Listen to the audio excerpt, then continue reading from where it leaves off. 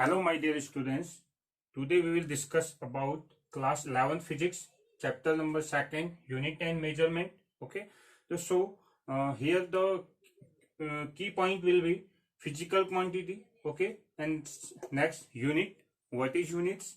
And after fundamental quantities and units and derived quantity and real units. Okay. So let's start. Uh, First topic is physical quantity. तो what is physical quantity? Okay बच्चों physical quantity को understand करने से पहले हम देखेंगे कि what is physics. Physics क्या है? Physics is all about calculation, frequency and measurement. Okay, अगर बच्चों मेजरमेंट की बात करते हैं, ओके, तो फर्स्ट थिंग्स ऐसी थिंग्स आती है जिसको हम मेजर नहीं कर सकते. ओके, उनका मेजरमेंट हम नहीं कर पाते. जैसे मैं बोलूं I am sending a lots of wishes. How many wishes, है ना? And you are very happy, I am very happy. तो हैप्पी एंड विशेस को हम क्या मेजरमेंट नहीं कर सकते. ओके, बट अदर थिंग्स, कुछ ऐसी थिंग्स है जिसको हम मेजरमेंट कर सकते हैं. ओके, तो दैट मीन्स जैसे आपका लेंथ हो गया, मास हो गया, okay, any volume, current. Okay, यहाँ पर लाइट है, लाइट की इंटेंसिटी. इन ऐसे थिंग्स को हम क्या कर सकते हैं, इनको हम मेजर कर सकते हैं. ओके, तो ऐसी जो भी थिंग्स होती हैं, जो भी क्वांटिटीज होती है जिसको हम मेजरमेंट कर सकते हैं, जिसका that is called physical quantity. Okay, these are quantities which can be measured, this called physical quantity. तो इसकी डेफिनेशन जो है हमने यहाँ पे इसको इसी तरीके से लिखा हुआ है. Physical quantity, any physical quantity which can be measured. That means जिस क्वांटिटी को आप मेजर कर सकते हो, that is called physical quantity. Example length, mass, time, volume, density, speed, etc. Okay, या एक्स्ट्रा आप काफी सारी फिजिकल क्वांटिटीज है. हमने एक एग्जाम्पल लिया हुआ है लेंथ का, मास का, टाइम का. Okay, these are the units of only for example. Okay, तो जो हमारी फिजिकल क्वांटिटी होती है, इन जो मेजरमेंट ऑफ फिजिकल क्वांटिटी होती है, इसको हम रिप्रेजेंट कर सकते हैं एक्सप्रेशन से. Okay, that means Q is equal to n u. That means measurement of any physical quantity has two parts. One is n, one is number. Okay, ये होगा number, n is equals to number, and second U is unit. Okay, जैसे example के उसमें हम समझेंगे. ये आपका कोई क्या है, मार्कर है. इस length of this marker 10 centimetre. Okay, so here is length 10 centimetre. 10 into 1 centimetre, हम इस तरीके से लिखेंगे 10 इंटू 1 सेंटीमीटर. ओके, तो सो आप देखो, इसमें आपका जो 1 सेंटीमीटर है, ये भी क्या है, एक मेजरमेंट है ना? तो आप इसमें आपका जो यूनिट है, यूनिट भी क्या है, एक मेजरमेंट है. मीन्स है ना, एक 1 सेंटीमीटर है ना, तो 1 सेंटीमीटर भी क्या है, अपने आप में एक मेजरमेंट है. मीन्स आपका जो आपने लेंथ देखा, तो लेंथ की जो यूनिट थी उसमें एक 1 सेंटीमीटर अपनी उसमें भी एक मेजरमेंट है. तो इसलिए इसको हम क्या बोलेंगे, स्टैंडर्ड मेजरमेंट. तो यूनिट को हम क्या बोल सकते हैं, यूनिट को हम क्या बोलेंगे, standard measurement. Standard measurement of same quantity, of same quantity. Means unit क्या है, यूनिट इज है. अब यहां से आपके पास डेफिनेशंस आ गई यूनिट की. यूनिट इज है, what is unit? Unit is a standard measurement of same quantity, of this same quantity. इसी क्वांटिटी का एक स्टैंडर्ड मेजरमेंट है, that is called unit. Okay, let suppose एक डस्टर है आपका, है ना,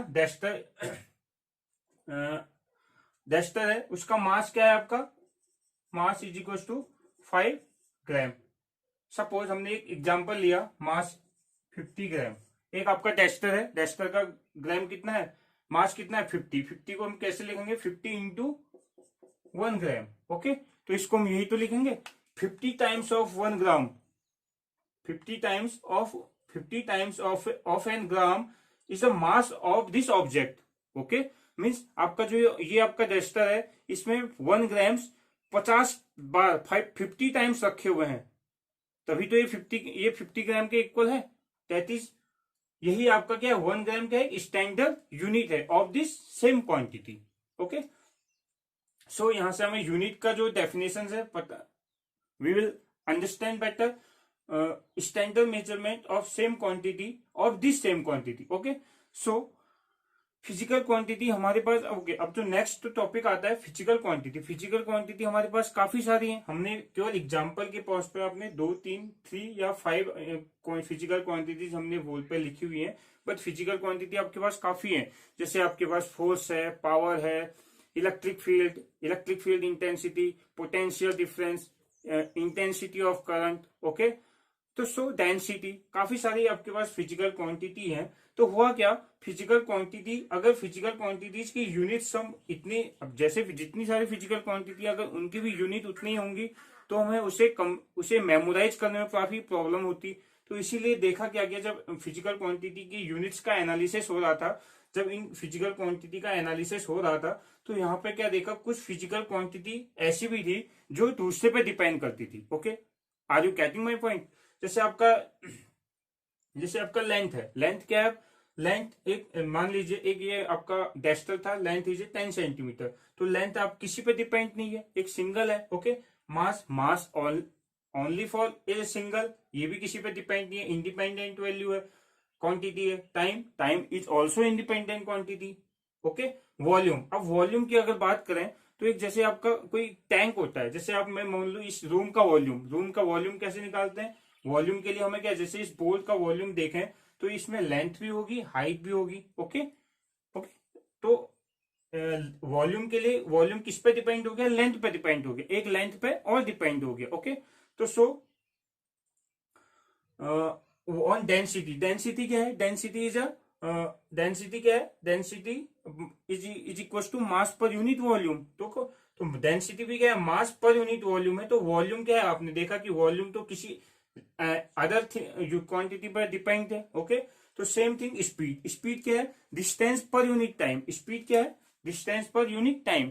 तो मीन्स जो स्पीड है, स्पीड भी डिस्टेंस और टाइम पे डिपेंड करती है। ओके, तो इट मीन्स जो क्वांटिटी इंडिपेंडेंट थी उनको हमने बोला फंडामेंटल क्वांटिटी, और जो क्वांटिटी डिपेंडेंस है किसी पे तो that is called derived quantity. Okay, तो फंडामेंटल क्वांटिटी देख लेते हैं, these quantity can not be represented as combination of other quantities. Okay, क्या है, दीज एक ऐसी क्वांटिटी जो किसी अदर क्वांटिटी के कॉम्बिनेशन को रिप्रेजेंट नहीं करेंगी। Okay, that is called fundamental quantity, या इसको इस तरीके से भी लिख सकते हैं, these are independent quantities. Okay, means ये इंडिपेंडेंट क्वांटिटीज होती हैं, that is known as fundamental quantity.